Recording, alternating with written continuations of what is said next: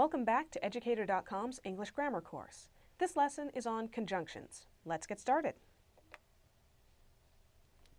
All right, to begin with, we're going to ask, what are conjunctions? We're going to find out what they are and what they do. We're going to look at four kinds of conjunctions: coordinating conjunctions, correlative conjunctions, subordinating conjunctions, and conjunctive adverbs. And finally, we're going to look at how to use conjunctions correctly. All right, what is a conjunction? Conjunctions join two or more parts of sentences, words, phrases, or clauses, and they express the relationship between those two parts. Conjunctions are all about sticking things together. There are four kinds of conjunctions: coordinating, correlative, subordinating, and conjunctive adverbs. Okay, coordinating conjunctions. These are the kind that you'll run into most commonly and that most people think of when you say conjunctions. They connect grammatically equivalent elements, words, phrases, or clauses. Basically, think of coordinating conjunctions as a connection between equal things. Remember, a coordinated outfit has clothes that match up, like the skirt and the boots in this photograph. A coordinated person can match up his or her movements to each other, like these dancers. And the right coordinates on a map match up to the location you're looking for.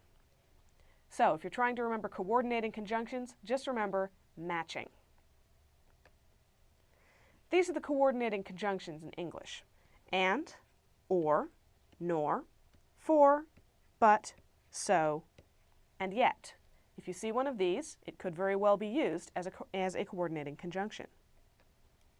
Let's look at some examples. See if you can find the coordinating conjunctions in these sentences. I am sick and tired of rain. You may have a hamburger or a hot dog for lunch. The dress was pretty, but it was the wrong color. I was ready to leave, yet I hesitated. I don't like pizza, nor do I like tacos. I love spring, for it's the most pleasant time of year. Take a good look. Pause the video if you need to. All right, I am sick and tired of rain. In this case, you're connecting sick and tired. Two adjectives, grammatically equivalent, equally important, so they get a coordinating conjunction. You may have a hamburger or a hot dog for lunch. Hamburger and hot dog, both foods, equally important in this sentence, grammatically equivalent, so they get the coordinating conjunction or. The dress was pretty, but it was the wrong color. In this case, we're connecting clauses. The dress was pretty. It was the wrong color. They're two equally important ideas in the sentence, so they get the coordinating conjunction but. I was ready to leave, yet I hesitated. Connecting two grammatically equivalent clauses. I was ready to leave, I hesitated. It also shows the relationship. There's a contrast.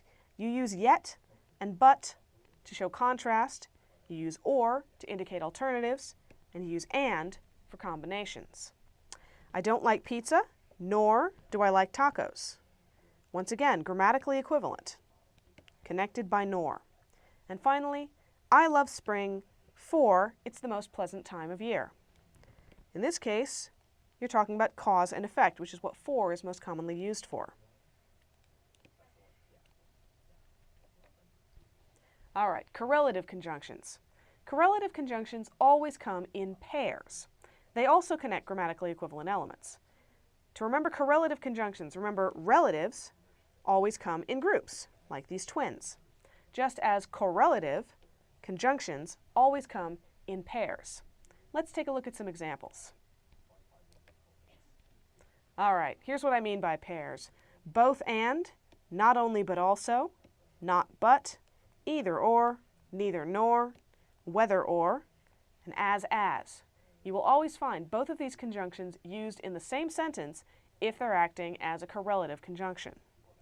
Let's look at some examples of correlative conjunctions. See if you can find some in these sentences. He not only speaks 5 languages, but also reads 3 more. Whether you like it or not, I'm coming with you. Either the rain will stop or we'll cancel the soccer match. The dog was both loyal and intelligent. And it was not your fault, but mine. Take a good look. Pause if you need to. And there they are. He not only speaks 5 languages, but also reads 3 more. Joining the grammatically equivalent phrases, speaks 5 languages, and reads 3 more. Note that there are also parallel constructions, verb and object, verb and object.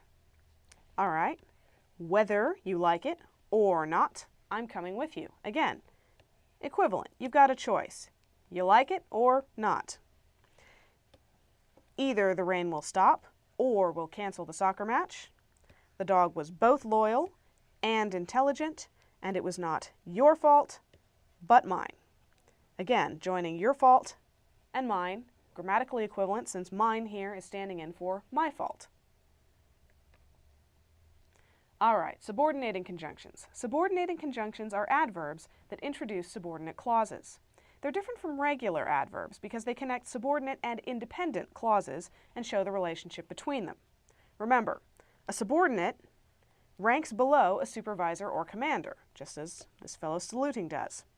Just as a subordinating conjunction adds a lower ranking clause to a main sentence.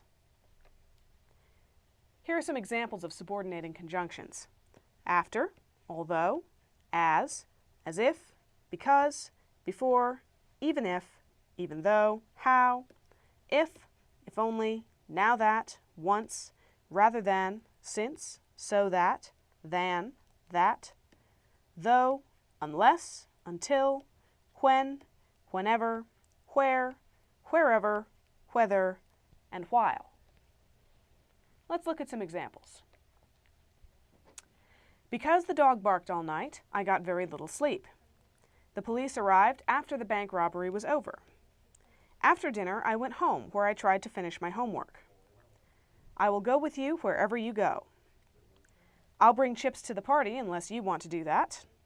And since you left, she's been very sad. Take a good look, see if you can find the subordinating conjunctions. And there they are. Because the dog barked all night, I got very little sleep. Remember, a clause is different from a phrase in that it contains both a subject and a verb. If you took the subordinating conjunction off and took this clause out of the sentence, you could turn it into its own independent sentence. You could have a sentence that just says, the dog barked all night. It has a subject, it has a predicate, it's perfectly grammatical. But we stuck that subordinating conjunction on the beginning, so it no longer makes sense as a standalone sentence. It becomes a subordinate clause dependent on the independent clause, I got very little sleep. The main idea in the sentence is, I got very little sleep. Because the dog barked all night just adds a little extra information in the background. So, it's a subordinate clause, it's a subordinating conjunction.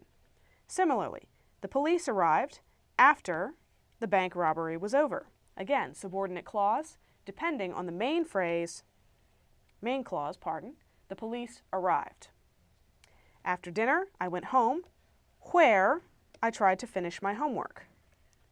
Notice that even though we listed after as a subordinating conjunction in the list, it's not marked here. That's because this is a prepositional phrase, after dinner. All you've got is a preposition and the object, the noun dinner.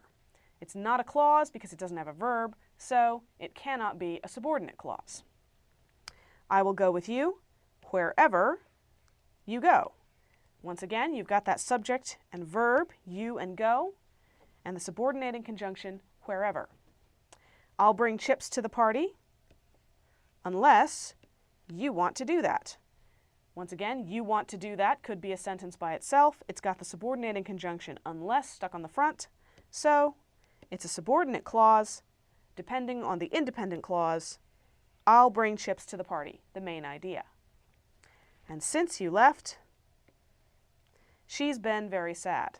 Again, the independent clause, she's been very sad, and the dependent clause, since you left, that depends on it. Okay, conjunctive adverbs. Conjunctive adverbs introduce independent clauses. They're like subordinating conjunctions, conjunctive adverbs are, except that they connect two clauses that could otherwise be fully independent sentences. None of this because we added a subordinating conjunction, it's not an independent sentence anymore. These are still potentially independent parts. The way you remember conjunctive adverbs is that a road junction connects two independent roads. Each of these roads starts and goes somewhere all by itself. They just happen to cross at the junction, just as conjunctive adverbs connect independent clauses. Let's look at some examples. All right, here are the most commonly used conjunctive adverbs in English. As a result, consequently, finally, furthermore, however, moreover, nevertheless, similarly, therefore, and thus. Notice anything interesting? Any of these words could actually be the beginning of a sentence all by itself, and you've probably been taught to use most of them as transition words in your writing to connect your ideas. We're going to see how they work inside a sentence as conjunctive adverbs. See if you can find them here. It's raining, therefore, the game is canceled. I mixed the ingredients over and over. Finally, I baked an edible cake. You say you're sorry, nevertheless, you're still getting grounded. The library is full of interesting books. However, it is also closing in 5 minutes. There's a problem I've had before. See if you can find the conjunctive adverbs. And there they are. It's raining. Therefore, the game is canceled. I mixed the ingredients over and over. Finally, I baked an edible cake. You say you're sorry. Nevertheless, you're still getting grounded. The library is full of interesting books. However, it is also closing in 5 minutes. Notice anything else interesting about these sentences? They have something in common. Look at the punctuation. It's raining, semicolon. Therefore, the game is canceled. I mixed the ingredients over and over, semicolon. Finally, I baked an edible cake. You say you're sorry, semicolon.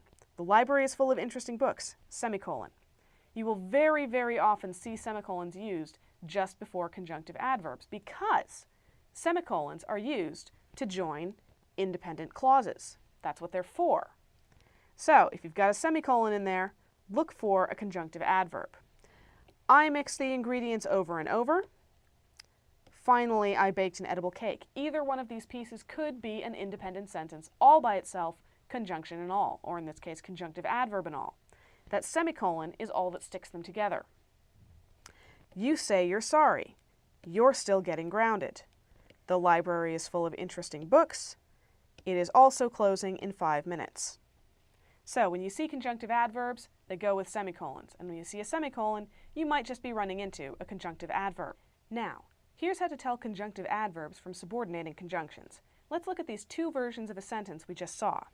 It's raining, therefore the game is canceled. And because it's raining, the game is canceled. Now, we know from the previous slides that this sentence uses a conjunctive adverb, therefore. And there's our old friend, the semicolon. But because it's raining, that is a dependent clause. With because it's raining in there, you couldn't make it an independent sentence. The game is canceled is still an independent sentence, but because it's raining is not.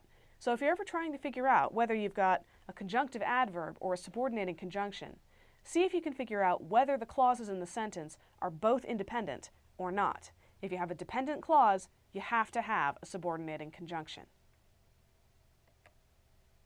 All right, see if you can find and identify the conjunctions in this passage. It was raining hard, so I quickly became soaked. I was ready and anxious to get inside, but my key wouldn't fit into the lock. After a long struggle, I forced the key in. The door opened with a click. As I stepped inside, I realized that either I had left a window open or something was wrong. The room was too cold. I looked up. Finally, I noticed there was a hole in the roof. Take a good look, pause if you need to find the conjunctions. And there they are. It was raining hard, so I quickly became soaked. Joins two grammatically equivalent elements, so it's a coordinating conjunction. Remember, matching. I was ready and anxious. Once again, we're matching ready and anxious, so it's coordinating. But my key wouldn't fit into the lock. Now we're joining I was ready and anxious to get inside, and my key wouldn't fit into the lock. So it's a different coordinating conjunction, but still a coordinating conjunction. After a long struggle, I forced the key in. Notice this is a prepositional phrase. It's not marked as a conjunction because it doesn't have a verb. The door opened with a click. As I stepped inside, I realized that either I had left a window open or something was wrong. Those come in pairs, so we are dealing with correlative conjunctions. Remember, relatives, the twins? The room was too cold. I looked up. Oh, there's our friend the semicolon. So this must be a conjunctive adverb. Finally, I noticed there was a hole in the roof.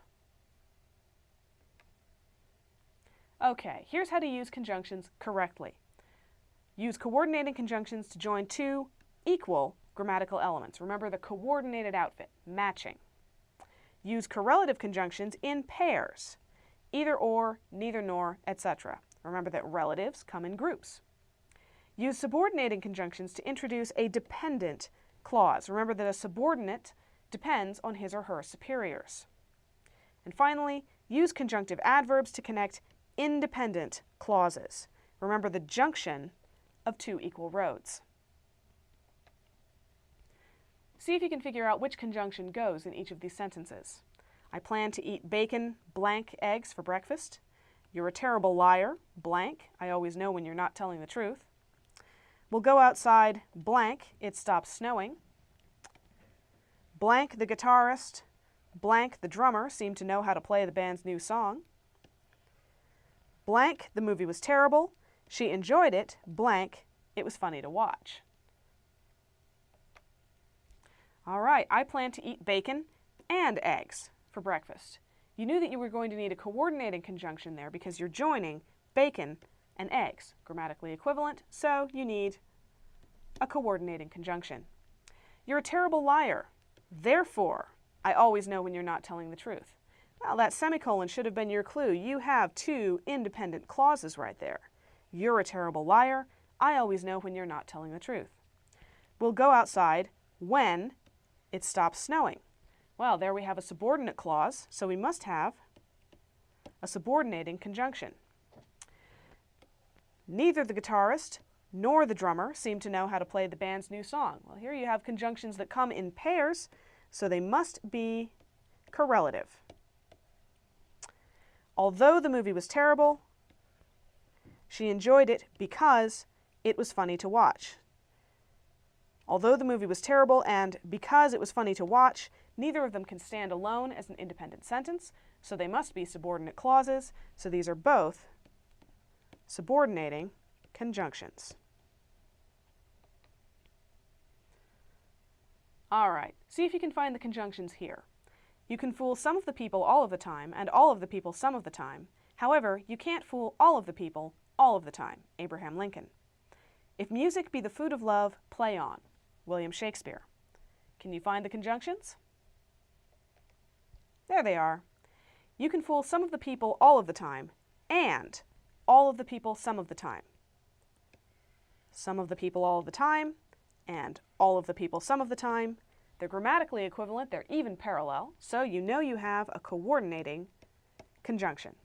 However, you can't fool all of the people all of the time. Oh, there's our old friend the semicolon, which means that this must be a conjunctive adverb, backed up by the fact that however you can't fool all of the people all of the time could be a sentence all by itself. It's an independent clause. And if music be the food of love, play on. If music be the food of love, or as we'd say in modern English, if music is the food of love, this is a subordinate clause. It depends on play on. So this is a subordinating conjunction. And finally, you've probably seen this one on the wall of a post office somewhere. Neither snow nor rain nor heat nor gloom of night stays these messengers from their appointed rounds. Herodotus. And the Spartans do not inquire how many the enemy are, but where they are. Aegis. Can you find the conjunctions? There they are. Neither snow, nor rain, nor heat, nor gloom of night. Well, we've got a bunch of conjunctions that come in a group, so we must be dealing with correlative. And indeed, we are. Grammatically equivalent elements joined by a group conjunction. The Spartans do not inquire how many the enemy are, but where they are. Well, not but is another of our pairs, so we know we have another correlative conjunction. That's all for this lesson. Thank you for watching Educator.com.